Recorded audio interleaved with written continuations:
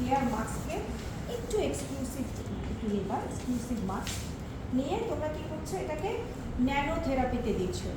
মূলত nano therapy বা nano hair ট্রিটমেন্টটা ডিপেন্ড করছে কিন্তু কি মেশিনের উপরে। এই মেশিন অথবা ন্যানো গান, আমি প্রথমে বলছি এটা একটা ওয়াটার বেসড ট্রিটমেন্ট। মোট কথা হলো পানির যে H2O সেই দুই অণুটাই আমরা কী করবো, চুলে দিব। এটা কোন ধরনের চুলে হয়? টেম্পোরারি ট্রিটমেন্ট ড্যামেজ হেয়ারে হচ্ছে, কারণ ড্যামেজ হেয়ারটা ড্রাই হয়ে যাচ্ছে। স্মুথ করার জন্য, মানে চুলটা যে অনেক রাফ, আমরা পার্মানেন্টে না গিয়ে, আমার বাজেট নাই, আমি পার্মানেন্টে যাব না, আমি ন্যানোপ্লাস্টিয়াতে যাব না, আমি কি করছি, টেম্পোরারি ট্রিটমেন্ট দিচ্ছি।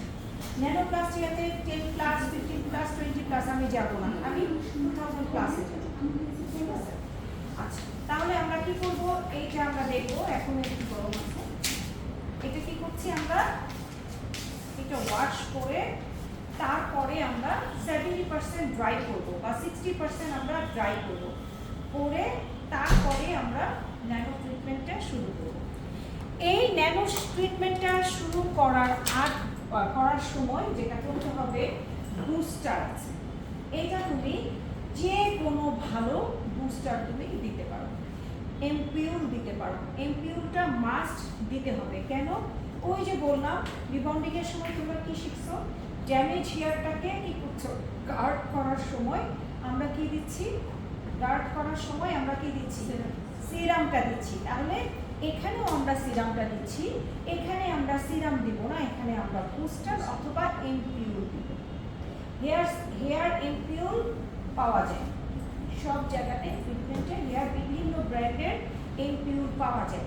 এখন প্রশ্ন হলো, এমপিউল বাংলাদেশে না থাকলে তুমি কি করবা না, ন্যানো কি বাদ দিয়ে দিবা? ন্যানো তো এইটার উপর ডিপেন্ড করছে না, এমপিউলের উপরও ডিপেন্ড করছে না, এই মাস্কের উপরও ডিপেন্ড করছে না। কিসের উপর ডিপেন্ড করছে? ন্যানো স্টিলের উপর ডিপেন্ড করছে। বুঝতে পারছো? তাহলে কি হচ্ছে, তোমার হাতের কাছে তুমি যদি দেওয়ার নিয়ম, এমপিউল নিয়ম বলে কিছু নাই। আমার এখানে আসলে আমি বুস্টার দেব, ওর ওখানে গেলে ও এমপিউল দিবে, ওর ওখানে গেলে ও সিরাম দিবে। এইটাতে কিন্তু কি করবে, কেন সিরাম দিবে, কেন এমপিউল দিব? বিকজ ও কিসের জন্য আসছে, ড্যামেজ হেয়ার রিপেয়ারমেন্টের জন্য আসছে। আর ড্যামেজ হেয়ারে আমরা কি দিব, সিরাম ইউজ করব, অথবা আমরা এমপিউল দিব, অথবা আমরা বুস্টার দিব গার্ড করার জন্য। এইটুকু তো তোমরা ক্লিয়ার? কারণ রিবন্ডিং এর আগেও আমরা কি করছি, এটাই দিচ্ছি।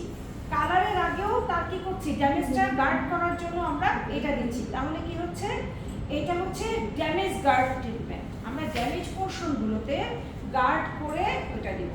ওর চুল যদি অনেক হেলদি থাকে, কোনো ড্যামেজ না থাকে, রাফ না থাকে, তারপরেও যদি ও বলে আমি স্পা নিব না, আপু আমি ন্যানোটাই নিব, আমি ওটার ফ্যান, আমি ওটাই নিব, তাহলে কি আমার ইনফিউল আর বুস্টার দেওয়ার কোনো প্রয়োজন আছে?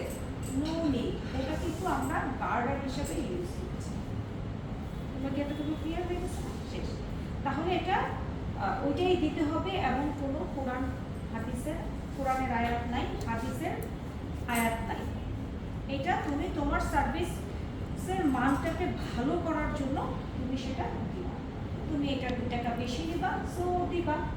একটা এমপিউল তুমি যদি দাও, তাহলে অবশ্যই ওই সার্ভিসের রেটটা কিন্তু বেড়ে যাবে, এটা মাথায় রাখো। যদি তুমি সার্ভিস রেটটা বাড়াতে না পারো, তাহলে তুমি ওটা স্কিপ করে যাবা, তুমি সেই জায়গায় ভালো মানের সিরাম ইউজ করবা। That's it. এমপিউল কি, সিরাম টাইপের। বুস্টার কি, ড্যামেজ বুস্টারটা কি, সিরাম টাইপের। তাহলে কি হচ্ছে, এইটার উপরে আমি সবসময় এই জন্য প্রোডাক্ট নলেজ দিয়ে দিই।